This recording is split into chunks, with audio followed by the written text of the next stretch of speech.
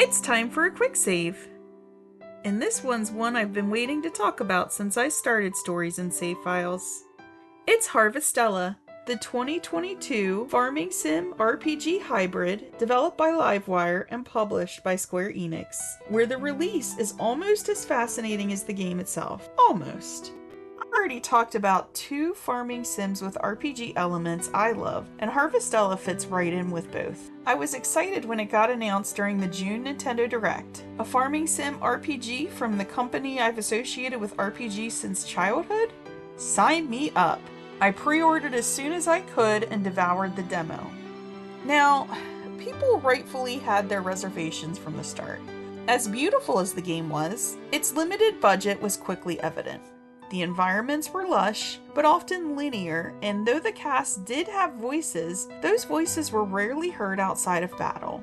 That wasn't something that bothered me or turned me away, but it is important for any potential players to know. This is a AA game through and through. A lot of people also felt that one of the game's halves was more shallow than the other. While I enjoyed the combat here, especially the job system, the omission of certain features, like dodge or guard, from an action combat system felt like a big miss. It is, at the end of the day, a very simple combat system, as is the progression and the equipment that comes with it. But I feel the story, character writing, and world building one would expect from an RPG are all well done here, an aspect I'll discuss later on. I loved the way they ultimately delivered on the themes of life and death that seem so interesting, especially when you tie them into a farming sim. And I did find that farming sim aspect itself to be quite fulfilling. Harvestella faced two other big challenges at release. The major one was that it dropped in a fall that was absolutely stacked. Wait, are you smarter than a 5th grader games were still coming out in 2022? Huh. So many games, so many RPGs, so many Square Enix published games. Heck, when I picked up my copy of Harvestella, I was also picking up the new Star Ocean and had picked up Trails from Zero and Chaos Head only a month earlier. But I think so many games that would pull from a similar player pool made many players have to pick and choose, and as a result, Harvestella did not meet Square Enix's sales expectations at all. Similar troubles plagued some other releases from the company that fall, which led them to make strategic changes going forward. Some of those changes, like not releasing so many games at once, were good, but they also began shying away from AA games, especially with new IPs, and that's a shame. That willingness to explore and take risks is what has given us some of Square Enix's greatest surprises. I worry the reduction of AA games at the company, even just as a publisher, takes away some leeway to try new things. And sadly, it means we are unlikely to see more from Harvestella. The other challenge was that it still, to this day, has not seen a PlayStation release. So many RPG fans and Square Enix fans are PlayStation owners, and yet they have no way to experience this game. It seems odd to leave out that whole potential market. But now that we've gotten Harvestella's sales history and reception out of the way, what is it, and why do I feel like it deserves so much better than it has gotten? The story of Harvestella follows a customizable protagonist as they arrive in the village of Lethe on the Night of Quietus, a destructive plague that befalls the area at the end of each season. Our protagonist is awakened by a mysterious winged girl who suggests they may be the one.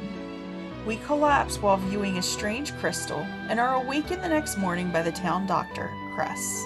However, we are not the only new arrival to the area. The day after our arrival, a mysterious crystal crashes into a hillside.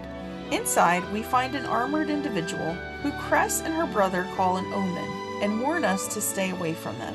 Not able to leave well enough alone, we try to help the individual and thus are given a home in a house on Bird's Eye Bray where we may look after them. One night, the armor disappears, revealing a mysterious girl whose name we later learn is Aria.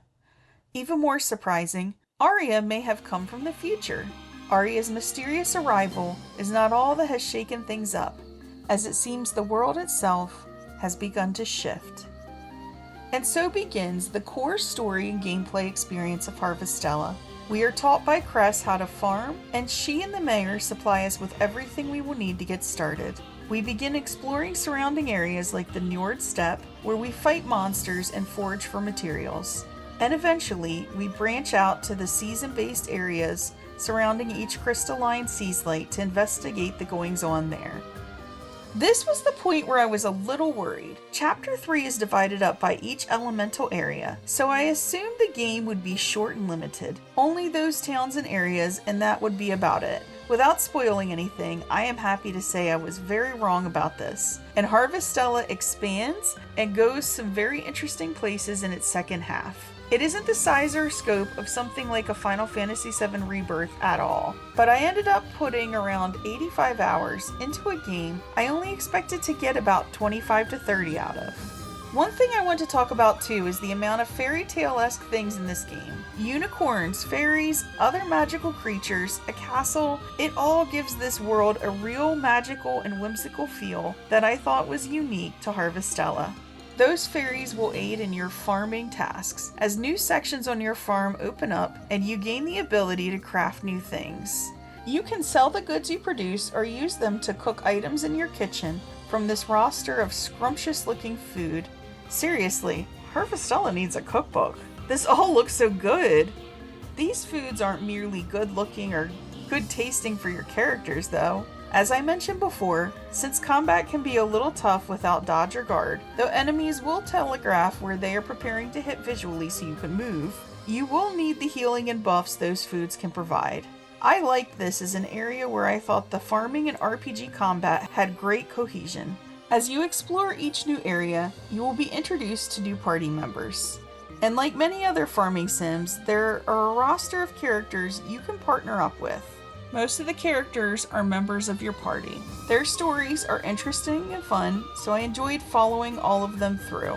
I went for Heine in my original playthrough though, but that's only because the Renovator was not a romance option. Seriously, Livewire? You go to all the trouble to draw a character that looks like this, and you don't even give him a name? I think we all deserve Renovator Root DLC. Please and thank you. In all seriousness, this game has a lot of passion and skill behind it. Veteran game composer Go Shina scores a gorgeous soundtrack. Several artists worked on this game, including Final Fantasy vets Isamu Kokuryo and Yoichi Kubo. And there's also Yasushi Hasegawa, whose character designs are beautiful and who I really want to see more from. I'd love an art book for this game. And I loved Hiroto Furuya's story. Furuya also worked on another Eden, and is another person I would love to see more from in the future. Harvestella is one of my top 5 favorite games I've played in this decade, and definitely a treasure game overall for me. Revisiting the world just feels so comfy and cozy. I think my biggest criticism, and that of many others, is that I just wish there were more of all of it. Sure, more complexity in the combat, but more budget so that the game could have truly had a chance to show off all it had to offer. That's because what we did get is so strong. You could feel the love and talent poured into a game it feels like executives were afraid to commit too many resources to. Still, I can't recommend this game enough. The Switch version still has a demo available if you aren't quite sure. Know what you're getting into, and I think you're going to have a great time. Thank you for loading up this Stories and Save Files Quick Save. Take care, little crappies!